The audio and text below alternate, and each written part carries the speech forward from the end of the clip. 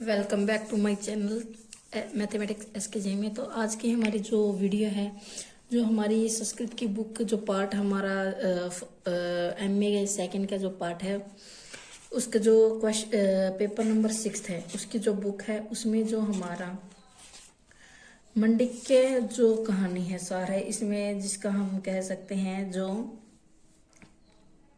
कथा का सार है, जो पाली कथा के सार में मंडिक्य जो कथा है उसका जो सार है, जो एक तो है हमारे पास संस्कृत में और दूसरा हमारे पास हिंदी में। तो हम हिंदी जो सार है उसके आज हम वीडियो लेकर आए हैं। तो आइए उसकी कहानी को हम पढ़ते हैं। इसमें हम हर एक सार के, इसमें टोटल 5 सार है, पांचों के पांचों सार की हम अलग अलग वीडियो बनाएंगे।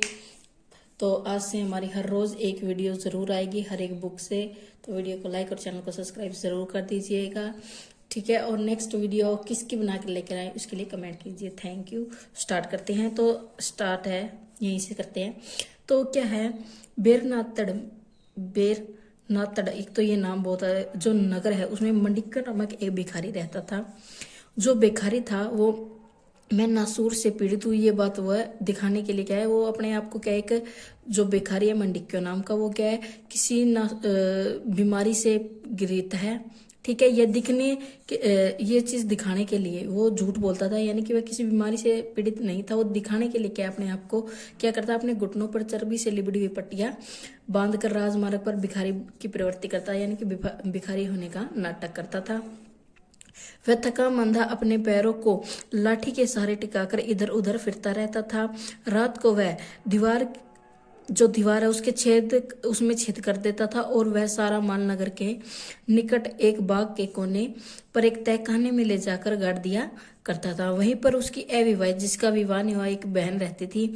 उस तहखाने के बीचों बीच एक कुआं था और जो भी चोर जिस किसी आदमी को लुभाकर अपने साथ माल के ढोने के लिए अपने साथ लेकर आता था, उसे उसकी बहन, जो कुएं के किनारे पहले रखे हुए आसन पर बैठी रहती थी, धोने के बहाने पैर पकड़कर उसे कुएं के अंदर ढकेल दिया करती थी। यानी कि इन्होंने पूरी एक योजना बना रखी थी कि मैं माल लेकर लूट कर लेकर आऊं, मुझसे अकेले से तो चला नहीं जाएगा, तो मैं किसी व्यक्ति को लुभा कर लाऊंगी, भाई तुम्हें मैं माल दे दूंगा आधा।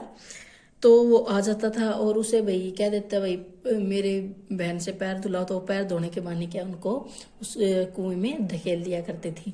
तो इस प्रकार उसने हमेशा यही योजना बना रखी थी, ठीक है। तो आगे क्या करता, इस प्रकार वह अपना समय बिता रहे थे और वह शहर को लूट रहे थे। चोरों को पकड़ने वाले उसमें भाई पकड़ने में क्या असमर्थ थे, उन्हें पता ही नहीं चल रहा था इस चीज, उस भिखारी पर कौन शक करता। तो इस विषय में भाई जो शहर है पूरा हल्ला मचा रहा था, यानी कि सभी को इस चीज की क्या फिक्र रहती थी। आगे क्या हुआ, इन्हीं दिनों पूर्वोक्त विधान से मूलदेव यहाँ का राजा बना हुआ था। अभी कौन उस समय वहां का राजा कौन था, मूलदेव था। वह शहर के लोगों ने उसे चोर की कहानी सुनाई और उन्होंने कहा कि कुछ समय से कोई चोर है जो शहर को लूट रहा है और उसे पकड़ने में कोई भी सफल नहीं हुआ, इसलिए इसकी जो युक्ति है निकालनी चाहिए, भाई इस कैसे पकड़े, इसका कुछ हल निकाले। इस प्रकार वह नगर की पुलिस का एक और सुप्रिटेंडेंट नियुक्त करता, भाई किसी भाई ज्यादा तेज व्यक्ति को उसमें लगा देता, पर वह भी क्या चोर को नहीं पकड़ पाता, वह असमर्थ रहता है। फिर मूलदेव स्वयं एक काला चोगा पहनकर रात को बाहर निकलता है और मूलदेव चाहता है कि और किसी घर में अज्ञात वेश में लेटा रहता है और मंडिक्य चोर आता है और कहता है यहाँ कौन टिका है। मूलदेव कहता है मैं एक यात्री हूँ। वह कहता है आओ मैं तुम्हें आदमी बनाऊंगा, या तो ये कहता है अमीर बनाऊंगा, यहाँ पे आदमी नहीं आना चाहिए, अमीर बनाऊंगा। मूलदेव उठता और किसी धनी आदमी के घर सेंध लगाता है और बहुत सा जो माल है वो लूट कर बाहर करता है और उसे मूलदेव पर लाद देता है। वे नगर की सीमा से बाहर जाने को तैयार होते हैं और मूलदेव आगे आगे चलता है और चोर नंगी तलवार के पीछे पीछे चलता जाता है और दोनों तहखाने में पहुंच जाते हैं और जो चोर है वो लूट के माल को गाड़ने में लग जाता है। वह अपनी बहन से कहता है कि इस मेहमान को क्या है, उसके पांव पकड़ो, यानी कि इनके पांव को धोइए। तो इस प्रकार उसने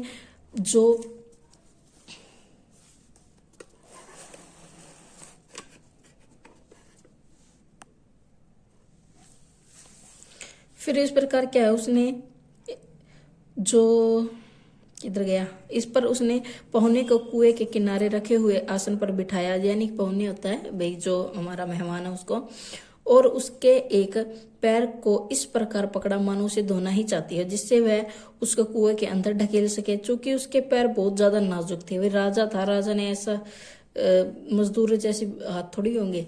चोर की बहन को मालूम हुआ कि वह कोई ऐसा व्यक्ति है जिसने राज्य सुख का उपभोग किया है। उसको उस पर बड़ा तरस आया और उसने जमीन की सतह पर उसके पैर का निशान बनाया और कहा, भाग जाओ नहीं तो मारे जाओगे। इसके बाद वह भाग निकला और चोर की बहन चिल्लाई, वह भाग गया, वह भाग गया। और चोर ने अपनी तलवार खींची और पीछा करते हुए राजमार्ग पर पहुंच गया। जब मूलदेव को यह मालूम हुआ कि मैं अब राजमार्ग पर चोर के बिल्कुल पास ही हूं, तो वह किसी चौपाल के शिवलिंग पर जा छिपा। ठीक है, फिर क्या हुआ,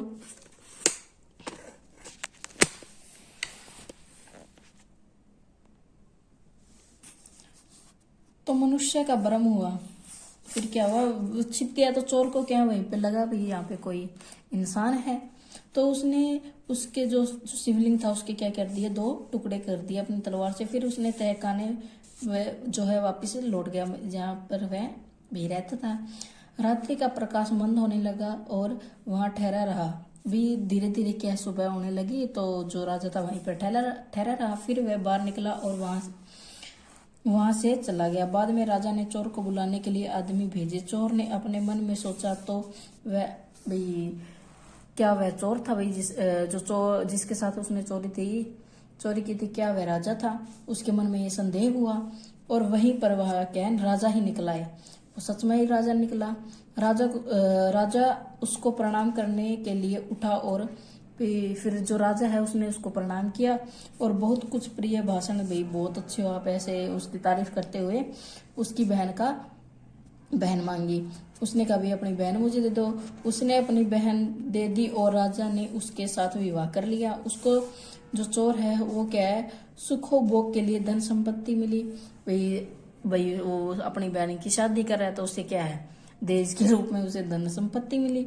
फिर क्या हुआ, जब कुछ दिन बीत गए तो राजा ने मंडिक्यों से कहा, मुझे कुछ और धन भी चाहिए। सो उसने और भी धन दे दिया। राजा ने उसकी प्रतिष्ठा की, फिर से भाई बहुत अच्छे से उसके साथ व्यवहार किया। फिर उसने और धन मांगा। फिर इसे धीरे धीरे करके क्या राजा ने उसका सारा धन क्या है ले लिया। उसने चोर का अत्यधिक सत्कार और सम्मान किया।